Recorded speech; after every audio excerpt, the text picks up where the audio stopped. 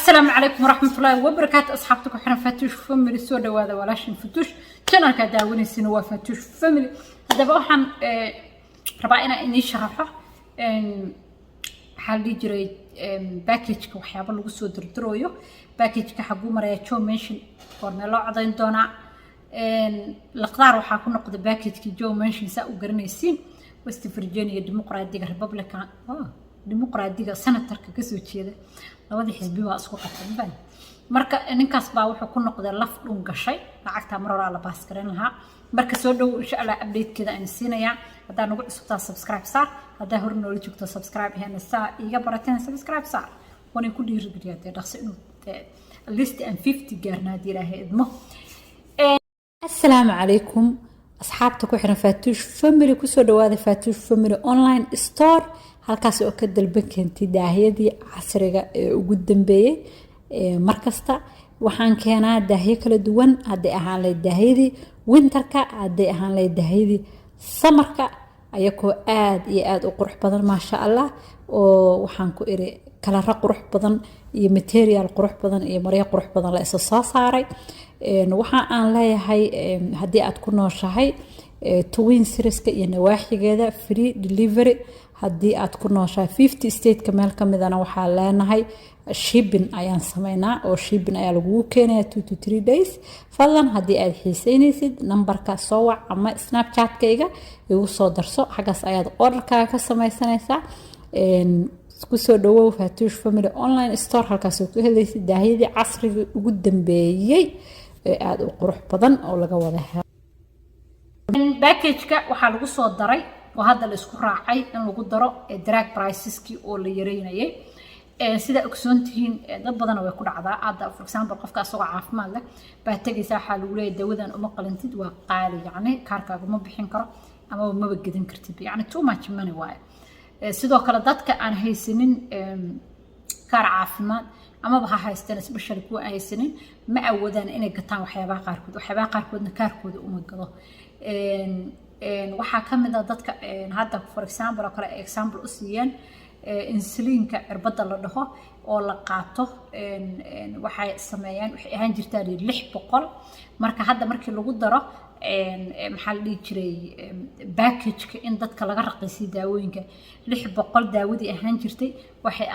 ahaanaysaa lagu yiri $35 waa big difference fiiriya 600 iyo $35 wax badan baa u dhaxaysa so that's why ay u sameynayaan oo la xisaabtamayaan in price-ka daawooyinka hoos loo dhigo waxay ku leeyihiin dad badan oo especially dadka senior-ka oo baan awoodin baa lagu leeyahay inay gataan daawadooda inay gataan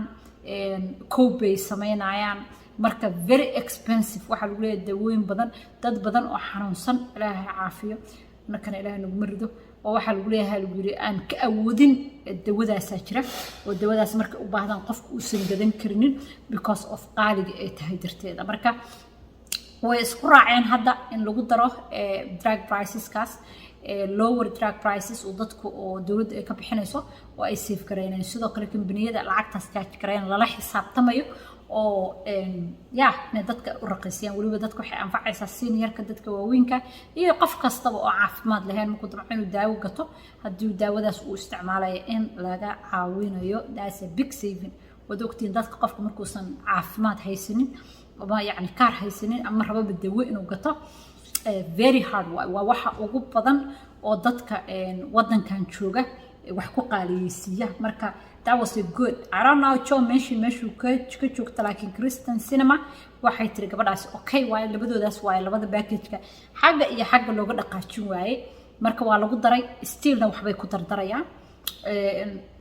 waan in la soo socodsiin doonaa wixii cusub ay ku daraan sidoo kale Joe Manchin ayaa asaguna sheegay inuu support gareynayno biilka I have no idea why uu leeyahay gabar baa hadlaysa waxa la yiraahdaa Cory Bush baa dhahaa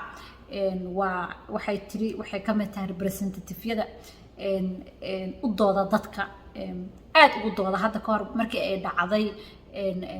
dadka guryaha laga saarayo lacagtii oo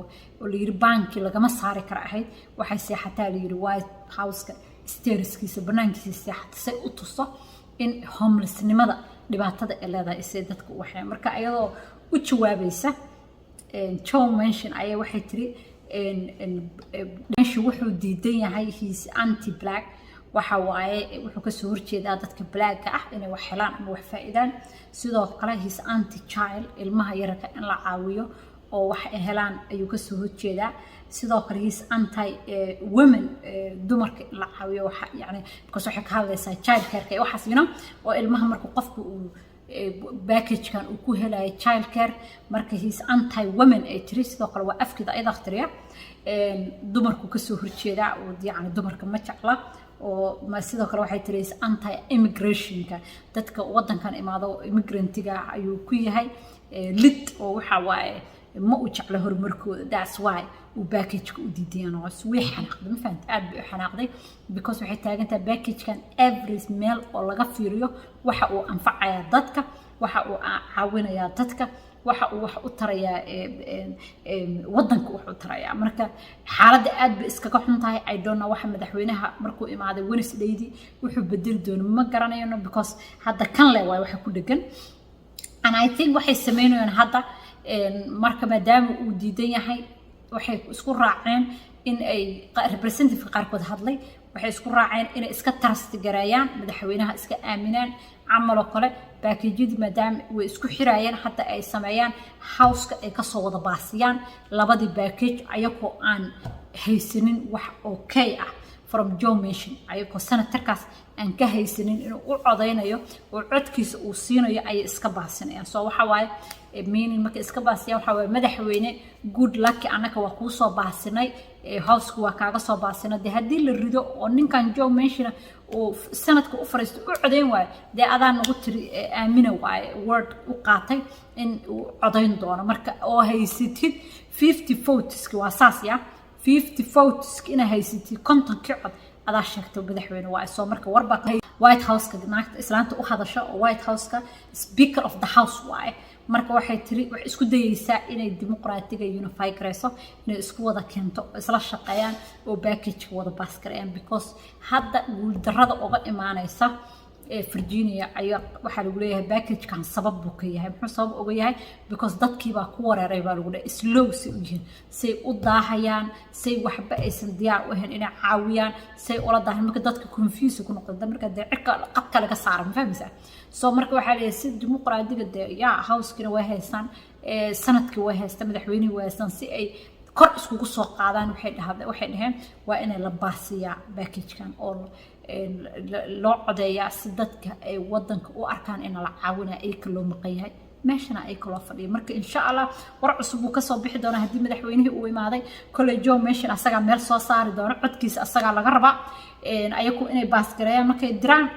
wuxuu aadayaa sanadka wixii ka soo baxa aniga ay la soo socodsiinay stay tuned markaan xaaladdu wax xun tahay Fatush family indhaha ku hay insha Allah wixii ku soo siyaadana ana ina soo socodsiinay aad baad u mahadsantihiin assalaamu calaykum waraxmatullaahi wabarakaatuh